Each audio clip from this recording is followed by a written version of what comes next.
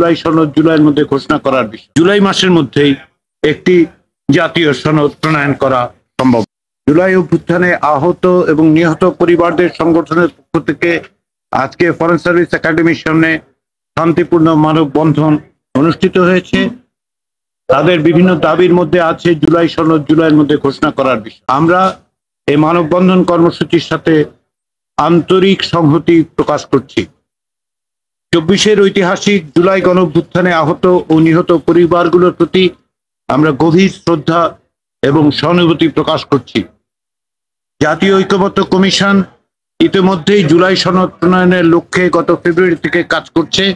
রাজনৈতিক দলগুলোর সঙ্গে প্রথম এবং দ্বিতীয় পর্যায়ের আলোচনার মধ্যে দিয়ে বেশ কিছু গুরুত্বপূর্ণ বিষয়ে ইতিমধ্যেই ঐক্যমত্য হয়েছে। আমরা আশা করছি যে বাকি দিনগুলোর সংলাপে আরো কয়েকটি মৌলিক বিষয়ে ঐক্যমত্য প্রতিষ্ঠিত হবে এবং জুলাই মাসের মধ্যেই একটি জাতীয় সনদ প্রণয়ন করা সম্ভব।